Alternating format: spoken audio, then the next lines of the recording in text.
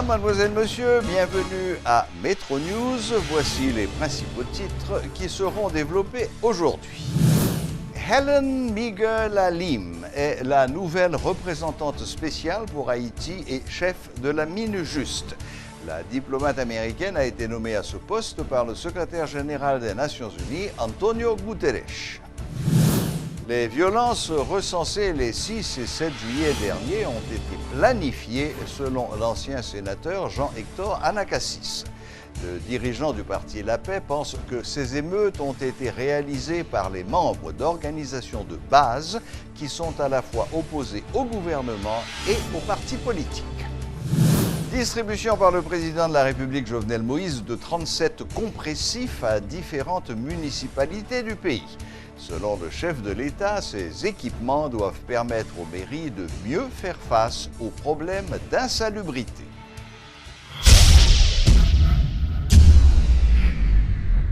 Metro News vous est apporté par Haytrack, l'esprit bâtisseur.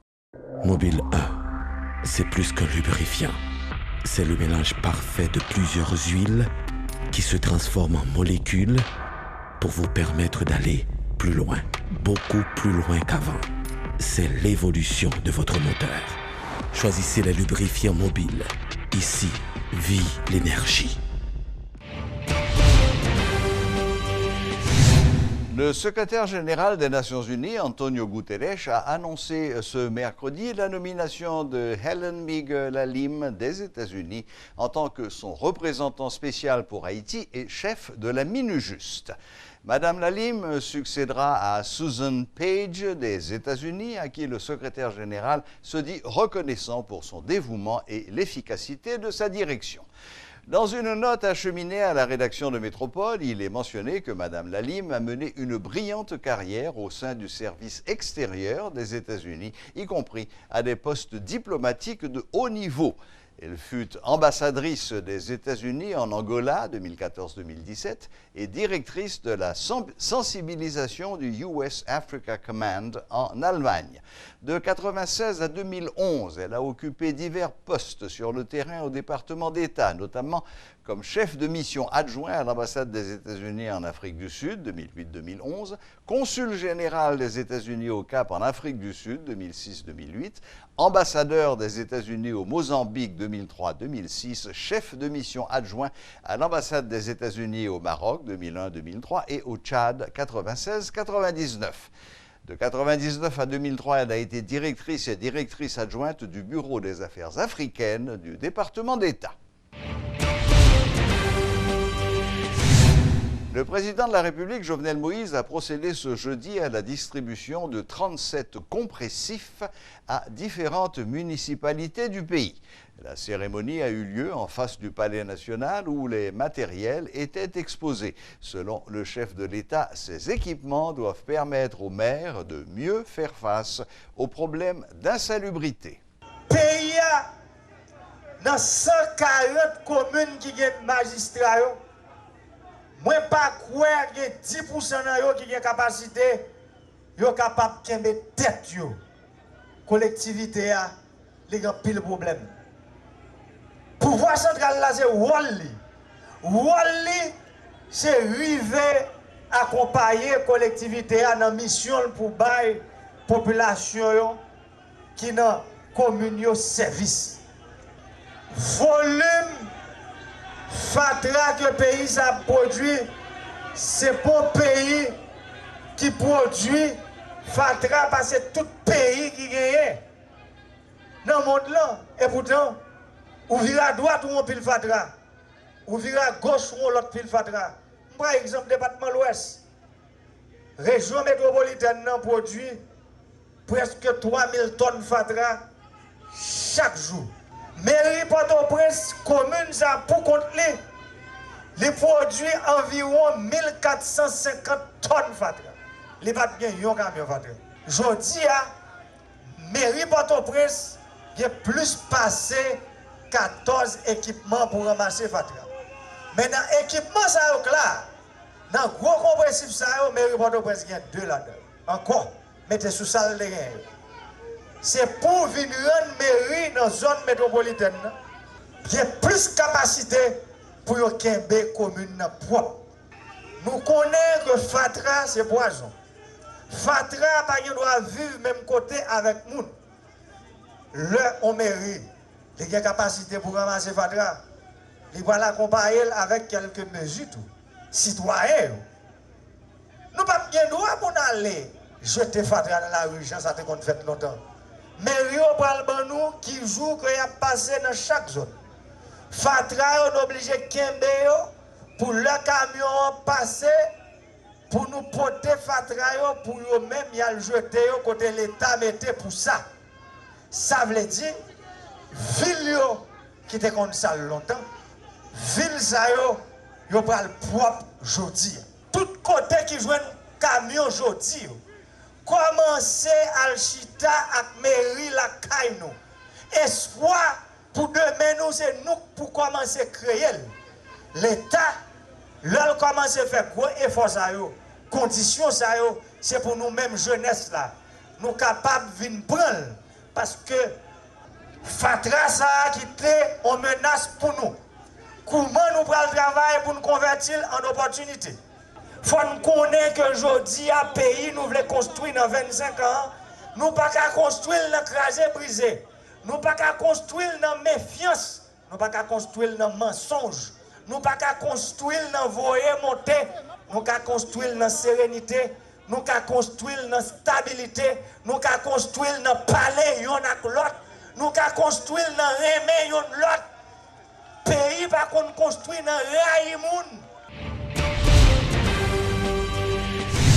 Le dirigeant du parti La Paix, Jean-Hector Anacassis, affirme que certains membres du gouvernement avaient été informés de la mobilisation des secteurs populaires contre la hausse des prix de l'essence. Les émeutes avaient été planifiées, dit-il, expliquant toutefois qu'il a été surpris par l'ampleur et la rapidité des violences. Les émeutes n'ont pas été réalisées par les partis politiques, mais par les membres d'organisations de base qui sont à la fois opposés au gouvernement et aux partis politiques, a laissé entendre l'ex-sénateur. Il déplore l'incendie de plusieurs entreprises, faisant valoir que dans leur mentalité, les Haïtiens aiment détruire pour exprimer leur frustration. Les Haïtiens ont prouvé pendant ces 3 jours qu'ils sont des bossales, a-t-il fini. Que ce soit l'armée là, que ce soit avec la police ou là, qui est très faible là, ou bien 2 gens pour gérer la situation. L'opération événement, c'est soit qu'on est avant, ou déployer les forces dans les points sensibles stratégiques, avant, sous quitter le peuple après dehors, chiro, perdit net. Et c'est ça qui passe. Le 6, le peuple était dans la rue. Le 7, la police dehors net. Non, c'est planifié. Pas spontané. Son bac est planifié depuis avant mondial. Et depuis avant mondial, monsieur Abdil dans le parti. Il dit, mais ça va le faire. Moi, dit, sénateur. Il dit, mais qui est préparé. Il dit, chaque, ou mettre à regarder, c'est pas chaque espace qui gagne, chaque mètre qui gagne barricade. Chaque mètre gagne barricade. Et c'est ça qu'il dit. Il écrit sur tableau, mon tableau, on prend note, m'écrit sur lui, chaque mètre ton barricade. Moi, fais mon dirigeant PHT comme doué, il y a des gens que je ne peux pas citer qui viennent dans la partie à plusieurs, ils viennent, ils disent, ah, ils ont une question, je fais monsieur parler devant, ils pas parler, ils disent, chef. Ils disent, je dis que si le président Jovenel monte gaz là, même s'il t'a mis un goud, peut écraser, nous avons perdu le pouvoir. C'est lui qui dit ça, je me dis, moi j'aime bien content qu'on dise ça. Sénateur. Entre 10 par là, tel bagay et planifié, c'est 2 bagages différents. Il planifié tout. Il était planifié depuis avant, oui. Depuis avant mondial là, oui. C'était chèque qui avait échappé. Il y a des gens qui étaient là, caillou. Si je suis en compte avec Wendel, je compte tel groupe. Moi, je dis, bon, déchouquer un tel. Et c'est ça qui passait entre le 7 et le 8. Il y a un règlement de compte qui fait entre une bourgeoisie qui a le pouvoir qui bénéficier des avantages et des gens qui frustrés et qui, dans la bourgeoisie, qui frustrés, qui ne pas d'avantages. Ils fait déchouquer l'autre. Et c'est là-dedans qu'il y a un peu le secteur qui est victime de ça. C'est ça pour comprendre. Oui. Moi, ça m'a dit, c'est à partir des informations. Oui. C'est frustration, c'est comme ça, peuple là, et même, c'est craser, briser. Nous forts dans craser, mais nous pas forts pour nous tourner sur la question. Nous pas forts pour nous mettre ensemble, pour nous construire. Quand nous prenons le construire, nous péter des besoins ensemble pour nous-mêmes. La structure dénommée secteur démocratique et populaire pense déjà à l'après-Jovenel. Elle a proposé ce jeudi un plan d'action pour remettre le pays sur les rails après le départ anticipé de l'actuel chef de l'État. L'opposition radicale se donne 36 mois de transition pour résoudre tous les grands maux d'Haïti avant les prochaines élections, avec un gouvernement ayant à sa tête un membre de la Cour de cassation et un Premier ministre qu'elle aura elle-même choisi. Organiser le procès Petro-Caribé, augmenter le salaire minimum, proposer un budget responsable, telles sont quelques-unes des tâches définies par le secteur pour le prochain gouvernement. Il nous faut anticiper pour Pita Papitrice. Le départ de M. Jovenel Moïse n'est pas une solution définitive aux problèmes du pays. Néanmoins, il permettra de jeter les bases d'une refondation de l'État-nation à travers la mise en place d'un dialogue national ouvert et inclusif, la Conférence nationale haïtienne souveraine. Il ne s'agit pas de nouveau racher manioc, mais d'une solution de sagesse. Pas de chasse aux sorcières, ni d'autres trois que je m'y mette. Tous les Haïtiens doivent participer à cette reconstruction toujours différée du tissu social. Au niveau politique, le départ anticipé du président Jovenel Moïse du pouvoir et son remplacement par le président de la Cour de cassation de la République, ou à défaut par le vice-président de cette Cour, ou à défaut de celui-ci par le juge le plus ancien et ainsi de suite par ordre d'ancienneté.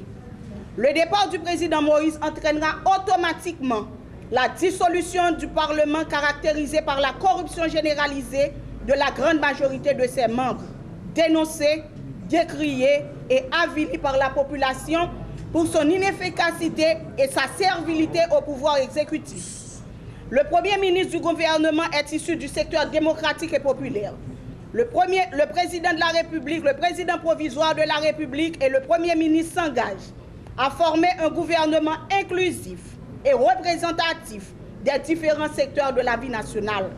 Le mandat du président provisoire de la République et du gouvernement est de 36 mois, à compter de la date du départ de M. Jovenel Moïse. Certains secteurs veulent faire porter le chapeau au Fonds monétaire international, FMI, et à la Banque mondiale pour les émeutes qui ont secoué le pays les 6, 7 et 8 juillet dernier. Pour apporter un éclairage sur cette question, nous avons avec nous ce soir M. William Savary, fondateur du Haiti Stock Exchange. Bonsoir William Savary. Bonsoir Serge, bonsoir auditeurs de Métropole. Bien, alors les raisons pour lesquelles ces secteurs semblent mettre surtout le FMI en accusation, ça tient à cette condition que le FMI avait posée pour continuer à apporter son aide en Haïti, que l'État haïtien cesse de subventionner deux secteurs, à savoir l'essence d'un côté et l'électricité de l'autre. Alors, comment est-ce que vous voyez cette question? Bon, premièrement, il faut qu'on se mette d'accord sur deux choses. L'électricité en Haïti, effectivement, il y a une subvention, mais la subvention, c'est plutôt une subvention vers les gens qui ne peuvent pas payer le DH. Ou qui ne veulent pas payer. Ou qui ne veulent pas payer le DH, donc une combinaison des deux.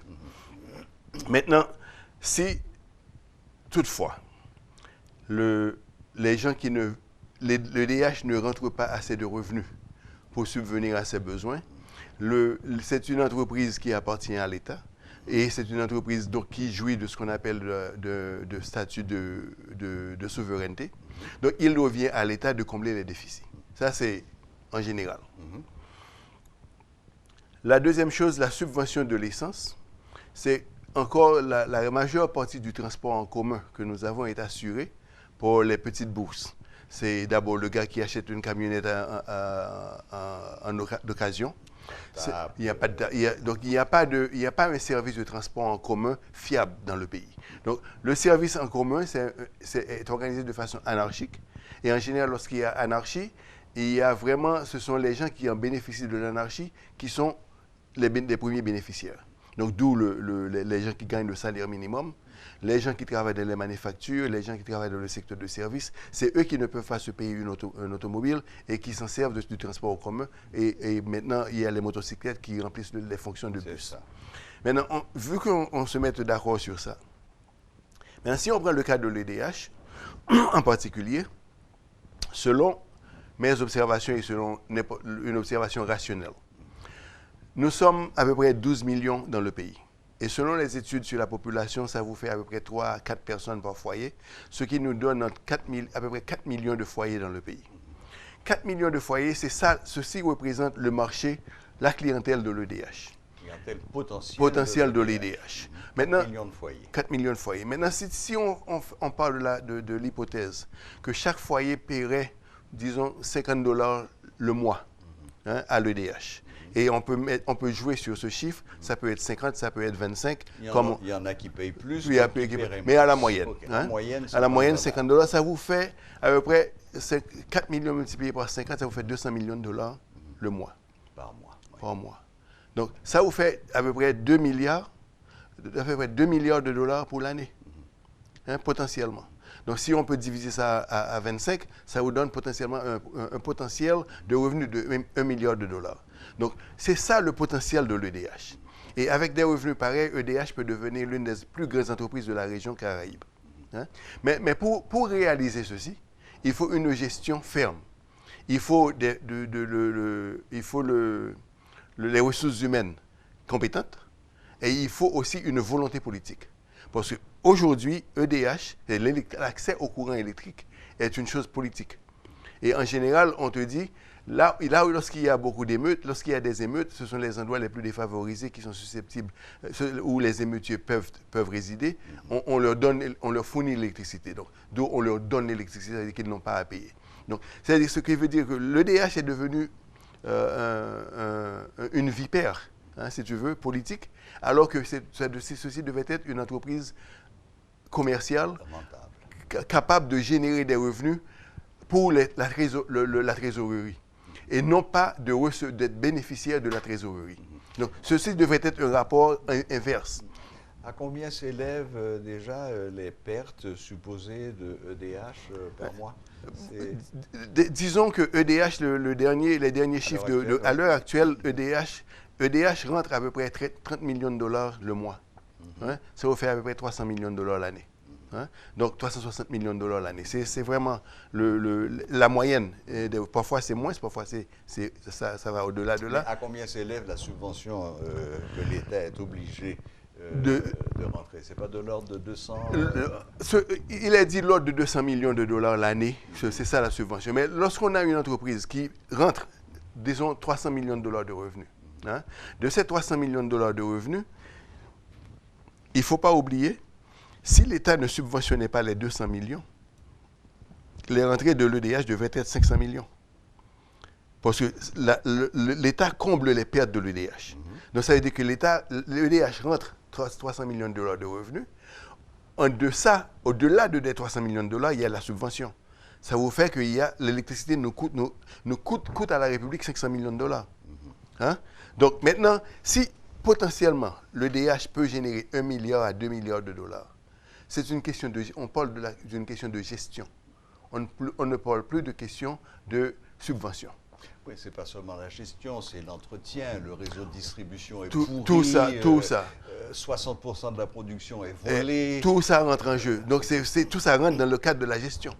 Parce que moi, j'aime dire que si vous prenez l'évolution de l'EDH depuis sa fondation, jusqu'à aujourd'hui, jusqu'au dernier directeur général, je ne sais pas pour celui qui est là, mais les gens qui ont été à la direction de l'EDH n'ont jamais été propriétaires d'entreprise.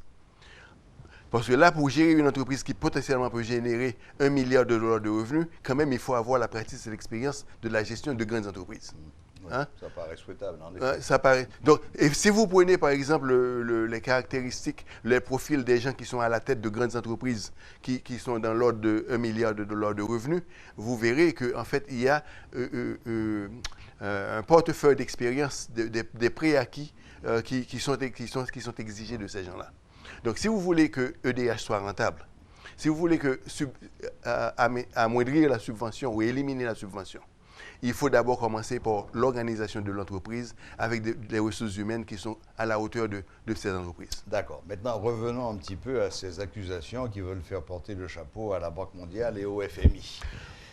En quoi est-ce que ça vous paraît quelque chose, disons, un peu injuste?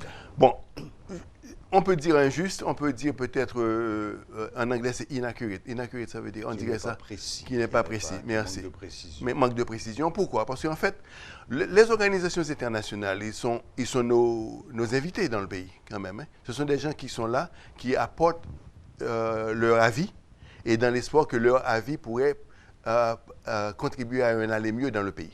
Donc, ils émettent leur avis au niveau des opérations bancaires, au niveau de la Banque centrale. Ils émettent des avis au niveau du ministère de l'Intérieur et au niveau du ministère des Finances. Ils sont présents à travers le système. Et ceci dans l'espoir que leur avis pourrait porter une amélioration de le système. Vous êtes d'accord avec moi, William Savary, que beaucoup de gens sont prêts à dire que ce n'est pas seulement un avis qu'ils donnent. Non, il y a l'influence politique aussi. Le gouvernement, parce que quand on vous dit, écoutez, je vous coupe, je coupe toute aide si vous ne faites pas ce que je vous dis. Maintenant, non, j'arrive là. Maintenant, il y a l'avis, il y a aussi l'influence politique. Hein, parce qu'il y a aussi l'esprit de domination qui rentre en jeu lorsqu'il s'agit de rapports entre les grandes nations et les nations comme les nôtres. Hein. Il y a ça aussi. Donc le jeu de domination et le jeu de dominer. Maintenant, mais je maintiens qu'en fait, lorsqu'une institution émet un avis, mais en face de lui, il y a quand même des interlocuteurs. Et les interlocuteurs nationaux doivent être à la hauteur de la rhétorique pour démontrer pourquoi leur avis, si leur avis n'est pas favorable aux issues, aux attentes, il faudrait la rhétorique pour le faire. Et si les avis qui sont émis sont acceptés aveuglement, donc les conséquences, on ne peut pas blâmer celui qui les a données. Donc vous êtes en train de me dire que le FMI n'est pas un bloc monolithique qui impose sans discuter, et que s'il trouve en face de lui des interlocuteurs qui sont capables de leur démontrer que les suggestions qu'ils viennent de faire ne sont pas adaptées à la réalité du pays, le FMI est ouvert à ce genre de critiques. Je peux prendre un exemple, le président Kagame. Prenez le Rwanda en exemple. C'est en effet un exemple très frappant ces derniers temps. Maintenant, pourquoi le Rwanda peut le faire et nous ne le faisons pas? Mais le Rwanda, c'est une question de leadership. Le leadership rwandais est un leadership qui vise à l'amélioration des conditions du pays, qui vise à la création de la prospérité chez eux. Donc, ils ont gagné le respect international. Hein, et c'est là que peut-être Haïti a péché.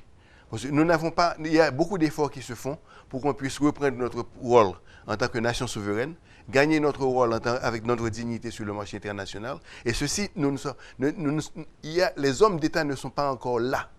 Hein? Il y a des efforts qui se font. Nous sommes totalement ombrés par ces crises de corruption.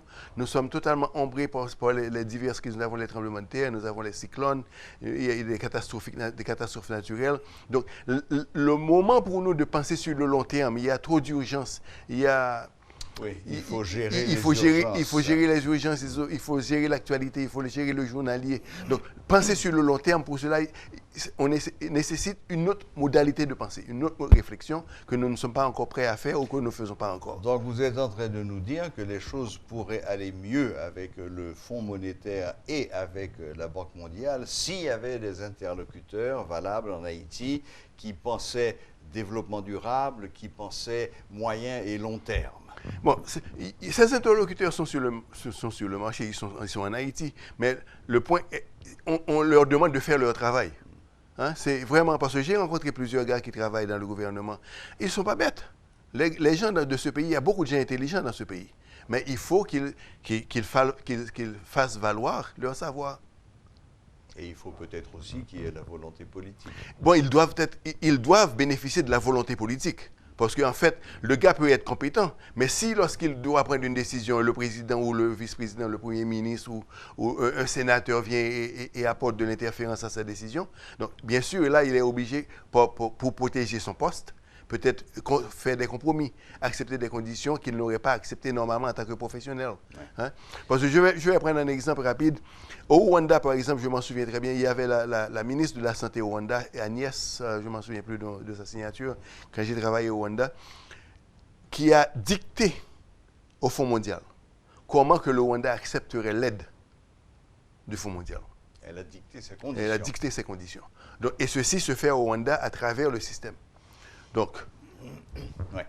Bon, écoutez, peut-être pour finir, car on est un peu pressé par le temps, maintenant que la décision d'augmenter l'essence a été rapportée, ça signifie que, entre guillemets, on n'a pas obéi au conseil du FMI. Alors, est-ce que ça veut dire qu'aujourd'hui, le FMI et le gouvernement vont renégocier sur de nouvelles bases? Ou bien est-ce que le FMI va fermer les yeux et reprendre son aide? Comment vous voyez les choses? Je pense différemment. Je pense, premièrement, la décision a été rapportée, en fait, parce qu'à cause de la pression populaire. Oui. Donc, là, c'est pas à travers des négociations, mais maintenant, est-ce que ça a établi un précédent où, chaque fois qu'il faut changer qu'il faut répondre aux besoins, aux attentes de la population, qu'il faut que la pression populaire se manifeste. Hein? Ça, c'est une chose. Mais je pense normalement que les manifestations qui ont eu lieu peuvent servir d'état, de données, hein, qui peuvent être contemplées la prochaine fois que les décisions seront prises, la prochaine fois que les propositions seront faites. Et il ne faut pas oublier que le débat sur le pétrole, c'est un faux débat. Et ceci, je le dis depuis la crise du pétrole en Haïti. Et j'ai même fait des projections sur le prix du pétrole à plusieurs reprises ici sur le plateau avec vous autres. Mais le débat devrait se concentrer sur la création de la prospérité dans le pays.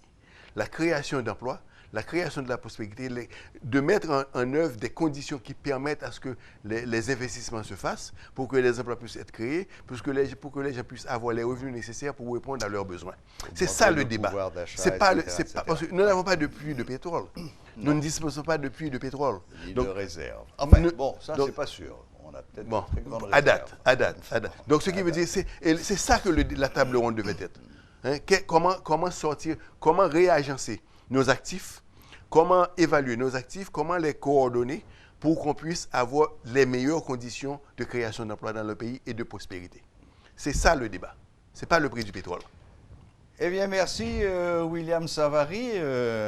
Vous êtes un petit peu venu à la défense du FMI, mais avec des arguments précis et qui peut-être permettront aux gens de se faire une meilleure idée de la manière dont ces deux énormes organismes internationaux que sont la Banque mondiale et le FMI travaillent. Le rapport de force qui peut s'établir entre certains gouvernements, vous avez parlé du Rwanda qui a su tenir tête au FMI, et donc de cette possibilité qui existe toujours de discuter face aux suggestions ou aux injonctions du FMI et de la Banque mondiale. Merci William Savary. Merci Serge. Bonne fin de soirée et à très bientôt. C'était Monsieur William Savary, fondateur de Haiti Stock Exchange. Investiture ce jeudi du nouveau jeune président de la République et du gouvernement jeunesse d'Haïti. Ce programme est une initiative de l'Association des volontaires pour la démocratie visant à simuler le vrai gouvernement. Le cabinet est composé d'un jeune Premier ministre et de 21 ministres. Ils ont un mandat d'une année durant laquelle ils devront travailler pour que les jeunes puissent intégrer la société. Suivez les explications du président de l'Association des volontaires pour la démocratie, Carlin Michel. Pour un bagage simulation capoté, la préparer les jeunes à assurer la relève. Et relève ça, il prend une relève de qualité. Ce n'est pas seulement les jeunes qui remplacer les gens qui aller, mais ils le remplacer de manière qualitative. Donc c'est ça. Il n'y a pas prendre fonctionnement système et public là, de telle manière que quand c'est eux même tout pas arrivé pour venir occuper de fonctions, soit ministre ou parlementaire, pour que c'est des jeunes qui conscients de ça qu'on le faire, ils connaissent qui dimension capitaine dans le travail qui gagne pour le faire. Donc le gouvernement ça gagne 21 ministres il gagne un jeune Premier ministre avec le jeune président. La Brasserie nationale d'Haïti a présenté ce jeudi la nouvelle étiquette de Malta H. Vive avec Malta H, c'est le nouveau slogan de cette boisson locale, révèle le brand manager Kirsty José, qui affirme que ce breuvage à base de malt avec cette étiquette reflète encore plus ses bienfaits et est devenu plus attirant. Nous avons que Malta a changé d'étiquette. Nous avons une belle couleur orange qui domine et ça vient montrer qu'est content, ça vient montrer la joie que nous voulons porter aux consommateurs. Nous avons une couleur crème qui est naturelle, qui vient corroborer cette Malta H là, côté que nous fait à 100% ingrédients naturels avec petit miel local. Nous avons Malta H là écrit en l'autre genre, en façon qui est plus élégant. Nous avons prend vent ensemble avec branche malteux de cousser cap. Donc et tout ça inspiré comment et Malta H by bourrade que vous besoin pour réaliser une journée pour dans la vie. Donc et avec tout travail ça tout simplement nous dit tout le monde vive avec Malta H. Malta H c'est seule boisson qui brassée en Haïti qui pas gain alcool là-dedans. C'est ni même seul qui gain ingrédients locaux là-dedans. Il change avec vitamines, il bon pour santé nous. Malta H là, il parfait pour toute occasion. Matin, midi, soir, grand monde tant que petit monde, même le enceinte ou capon Malta H là. C'est ça qui point fort Malta H là. Qu'on étiquette là, les relié plus avec aspect naturel. La boucle est bouclée.